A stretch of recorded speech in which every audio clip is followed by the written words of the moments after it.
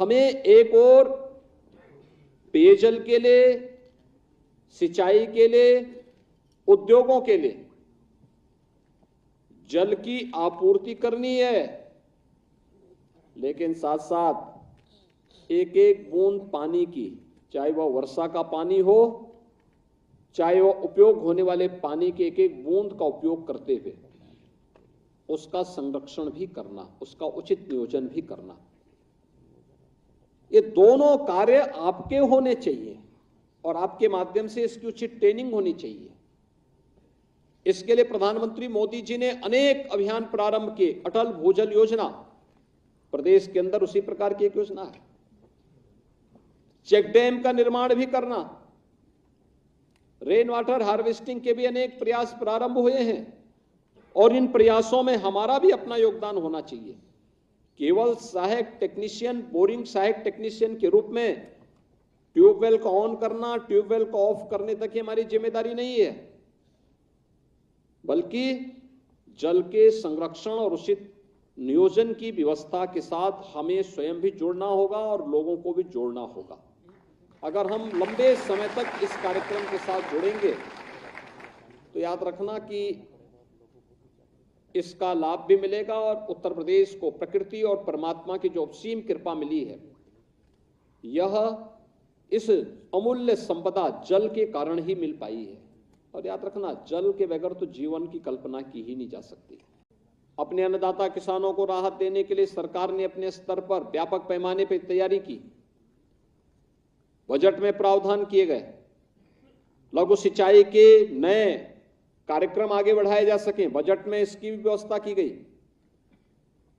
किसानों को उनकी उपज को दोगुना करने के प्रधानमंत्री मोदी जी के अभियान में हम सब भी अपना योगदान दे सकें, इसके लिए भी सरकार ने उन्हें जैसे सिंचाई की सुविधा नहरों से मिलती है, फ्री में मिलती है, अगर निजी नलकूप बनाए हैं तो उससे भी हमारा प्रयास हो कि हम उनको न्यूनतम दर पर या फ्री में पानी उनके यहाँ पहुंच सके। इसके लिए बिजली की आपूर्ति करना, वहां के माध्यम से फिर पेज उनको सिंचाई की सुविधा उपलब्ध कराने की कार्रवाई को आगे बढ़ा देना, ये कार्य युद्ध स्तर पर प्रदेश में जहां चल रहे हैं, वहीं आप सबकी ये नियुक्ति, ये बहुप्रतीक्षित नियुक्ति है। ITI आपने किया होगा, कुछ लोगों ने डिप्लोमा किया होगा। उत्तर प्रदेश अधीनस्थ सेवा चयन आयोग के द्वारा नियुक्ति की प्रक्रिया प्रारंभ हुई और नियुक्ति की प्रक्रिया के बाद आपका सिलेक्शन हुआ। आज 242 सहायक बोरिंग टेक्नीशियन की नियुक्ति पत्र हम यहां पे वितरित कर रहे हैं। ये वास्तव में आपके लिए एक अवसर है, लेकिन अवसर हमें अपनी जिम्मेदारियों को भी समझना होगा। आपने देखा होगा, प्रधानमंत्री जी बार बार एक बात को कहते हैं, अधिकार की बात तो हर व्यक्ति करता है, लेकिन हमें अपने कर्तव्यों के बारे में भी जानकारी होनी चाहिए और कर्तव्य भी हमें तय होने चाहिए कि हाँ, अधिकार से महत्वपूर्ण कर्तव्य है। हम अपने कर्तव्य का निर्वहन करेंगे तो हमारा अधिकार स्वयं सुरक्षित हो जाएगा। आप पिछले 6 वर्ष में देखेंगे 6 लाख से अधिक नौजवानों को प्रदेश के अंदर ही सरकारी नौकरी मिली और प्रदेश के अंदर बेहतर कानून व्यवस्था की स्थिति के कारण निजी क्षेत्र में भी केंद्र और राज्य सरकार की विभिन्न योजनाओं का लाभ लेते हुए, डिजिटल इंडिया का, स्टार्टअप की योजना का, PM स्टैंडअप की योजना का या PM स्वनिधि योजना का, अनेक प्रकार से लाभ लेते हुए इन कार्यक्रमों को व्यवस्थित तरीके से आगे बढ़ाने का काम भी हुआ।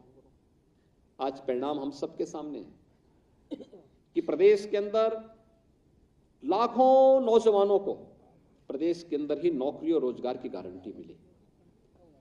स्वतः रोजगार के साथ करोड़ों लोगों को जोड़ने में सफलता प्राप्त हुई। ODOP की योजना, PM विश्वकर्मा या उत्तर प्रदेश मुख्यमंत्री विश्वकर्मा श्रम सम्मान की योजना हो, प्रधानमंत्री मुद्रा योजना हो, प्रधानमंत्री युवा स्वरोजगार की योजना हो या फिर मुख्यमंत्री युवा स्वरोजगार की योजना, इसने करोड़ों लोगों को अपने साथ रोजगार के साथ जोड़ते हुए उन्हें आर्थिक स्वावलंबन की ओर अग्रसर भी किया है।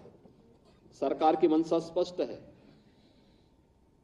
और स्पष्ट मंशा एक ही है कि किसी भी युवा के साथ कोई भेदभाव न हो, पारदर्शी तरीके से इन प्रक्रियाओं को आगे बढ़ाया जा सके। लेकिन जिन्हें विकास अच्छा नहीं लगता, वे हर एक मुद्दे का राजनीतिकरण करने का प्रयास करते हैं और वे लोग नहीं चाहते कि विकास की प्रक्रिया में बढ़ते हुए उत्तर प्रदेश को इस दिशा में हम तेजी से आगे बढ़ा सके। उनके बैरियर होंगे। दुर्भाग्य है कि जिस राज्य को देश के अंदर अग्रणी अर्थव्यवस्था के रूप में 2017 के पहले तत्काल होना चाहिए था, कोई दिक्कत नहीं, सब कुछ मौजूद था, वो राज्य पिछड़ता गया। 2017 में यह देश की 6ठे स्थान पर था। यहां के नौजवानों के सामने पहचान का संकट था। आप जैसे नौजवान प्रदेश में तो नौकरी नहीं पाते थे, लेकिन प्रदेश के बाहर कोई जाता था और अगर उसने बता दिया कि उत्तर प्रदेश के हैं तो फिर लोग पहले ही उसकी छटनी करके बाहर कर देते थे। पहचान का संकट अलग खड़ा कर दिया था। यानी प्रदेश के अंदर तो शोषण होता ही तो होता था, प्रदेश के बाहर जाने पर भी पहचान का संकट खड़ा कर दिया था।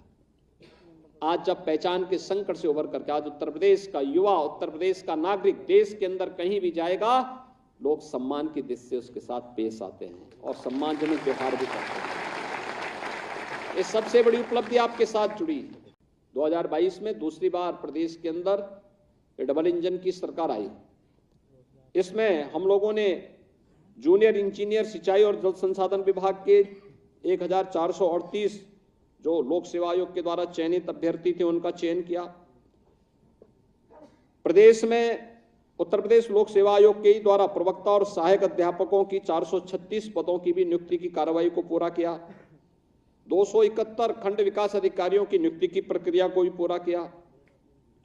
49 उप जिलाधिकारी, 110 नायब तहसीलदार, 31,277 सहायक अध्यापक बेसिक शिक्षा, 1,160 डिप्टी कलेक्टर, बीएसए, प्रवक्ता, समीक्षा अधिकारी, गन्ना पर्यवेक्षक, इनकी नियुक्ति हुई। 267 भी नायब तहसीलदार, प्रवक्ता और सहायक अध्यापकों की नियुक्ति की प्रक्रिया को पूरा किया गया। 332 नायब आबकारी जो सिपाही हैं उनकी नियुक्ति हुई। 1,354 स्टाफ नर्स की हुई। 431 वरिष्ठ प्राविधिक सहायक कृषि सेवा, 9,055 सब इंस्पेक्टर जिसमें सिविल पुलिस के भी हैं, प्लाटून कमांडर पीएससी के हैं और अग्निशमन अधिकारी भी थे। 496 उत्तर प्रदेश लोक सेवा आयोग के द्वारा चयनित पीसीएस 2021 के जो चयनित अभ्यर्थी थे उनको नियुक्ति पत्र वितरण का कार्य भी किया गया। 795 जो विभिन्न विभागों से जुड़े हुए नवचयनित अधिकारी थे उनकी भी नियुक्ति पत्र का कार्यक्रम हुआ। 7,182 एएनएम की भर्ती भी हुई। 1,148 उप निरीक्षक और सहायक उप निरीक्षक, 277 आरक्षी उत्तर प्रदेश पुलिस, यानी ये कुशल खिलाड़ी हैं जिन्होंने अंतर्राष्ट्रीय स्तर पर विश्व चैंपियनशिप में, ओलंपिक में, एशियन गेम्स में, एशियाड में मेडल प्राप्त किए थे।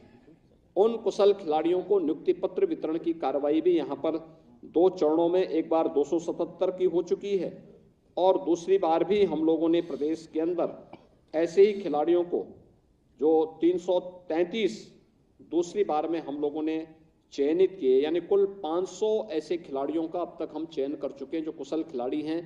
उनका भी चयन प्रदेश के अंदर हम लोगों ने किया है। 510 समीक्षा अधिकारी, 400 समीक्षा अधिकारी, समीक्षा कार्यशाला अनुदेशक और कनिष्ठ सहायक के रूप में, 1,573 एएनएम स्वास्थ्य कार्यकर्ती के रूप में, 240 कनिष्ठ सहायक और 293 होम्योपैथिक फार्मासिस्ट।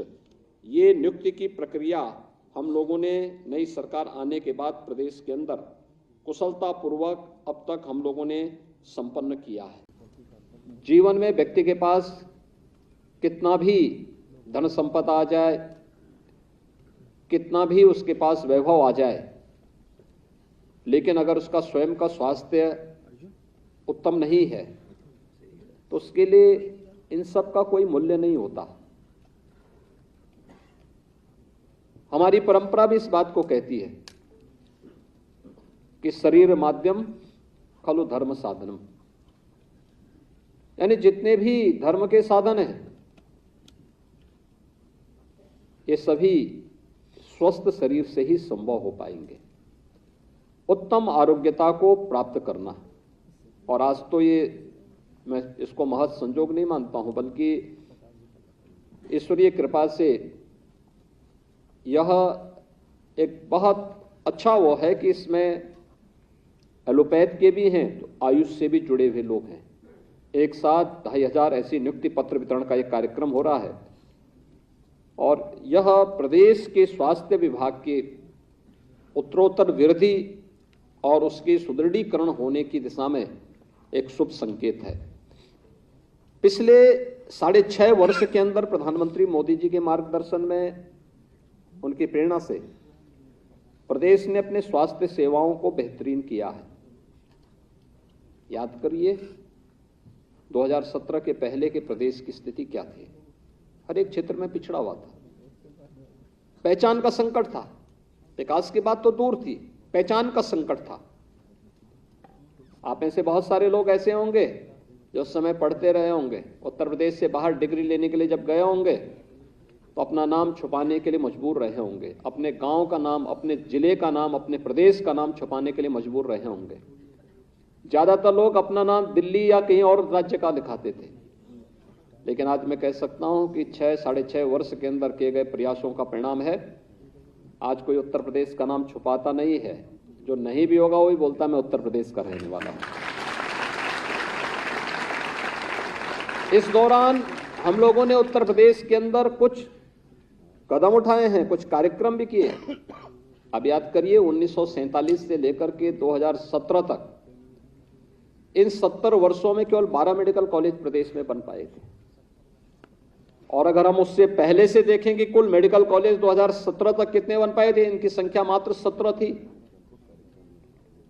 इस दौरान 18 मेडिकल कॉलेज तो क्रियाशील हो गए और 14 नयों का निर्माण हो रहा है, जिसको हम इस सत्र में और अगले सत्र में, जिन पर हम फिर से प्रवेश की प्रक्रिया को वहां भी प्रारंभ करने जा रहे हैं।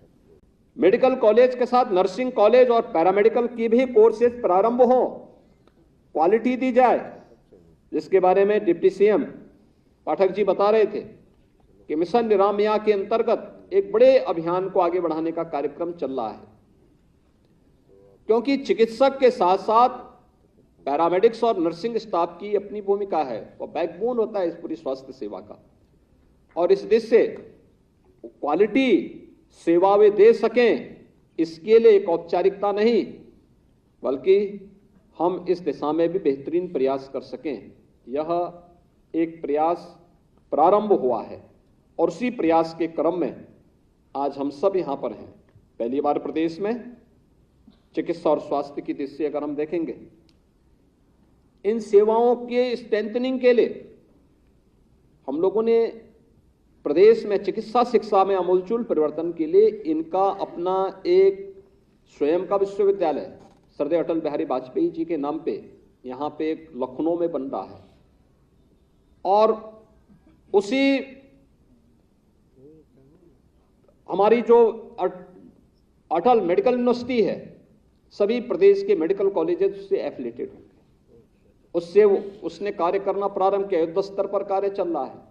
स्वास्थ्य सेवाओं में बेहतरीन परिणाम भी सामने आए हैं। हम लोगों ने इस दिशा में जो प्रयास प्रारंभ किए, आज उसके परिणाम हम सबके सामने हैं। लगभग 10 करोड़ लोगों को आयुष्मान भारत में या मुख्यमंत्री जन आरोग्य योजना के अंतर्गत हम लोग आज के दिन पे 5 लाख रुपए की स्वास्थ्य बीमा का कवर दे रहे हैं। आज कोई गरीब ये नहीं कह सकता कि स्वास्थ्य सुविधा के अभाव में मुझे अपना उपचार कराने से वंचित रहना पड़ रहा है, क्योंकि चिकित्सक हमारे स्वास्थ्य के केंद्र हैं। गवर्नमेंट डिस्ट्रिक्ट हॉस्पिटल हो, सीएससी हो, पीएससी हो, इनमें तो स्वास्थ्य की सुविधा मिल ही रही है, मेडिकल कॉलेज में भी मिल रहे हैं, और किसी को अन्य मेडिकल कॉलेज में प्राइवेट संस्थान में जाके करना है तो 5 लाख रुपए का स्वास्थ्य बीमा का कवर भी उसको उपलब्ध हुआ है। डायलिसिस की सुविधा 72 जनपदों में डायलिसिस की सुविधा उपलब्ध करवाई जा चुकी है। हर जिले में आईसीयू स्थापित हो चुके हैं। बेहतरीन स्वास्थ्य की सुविधाओं को आगे बढ़ाने के क्रम में 108 और 102 की जो एम्बुलेंस सेवा है उनके रिस्पांस टाइम को भी न्यूनतम स्तर पर लाने के प्रयास किए गए हैं और उसके भी अच्छे परिणाम सामने आए हैं। जब प्रयास प्रारंभ होता है तो परिणाम भी उसी प्रकार से हम सबके सामने प्राप्त होते हैं। आज 2 एम्स भी गोरखपुर में और रायबरेली में कार्य करना प्रारंभ कर दिए हैं।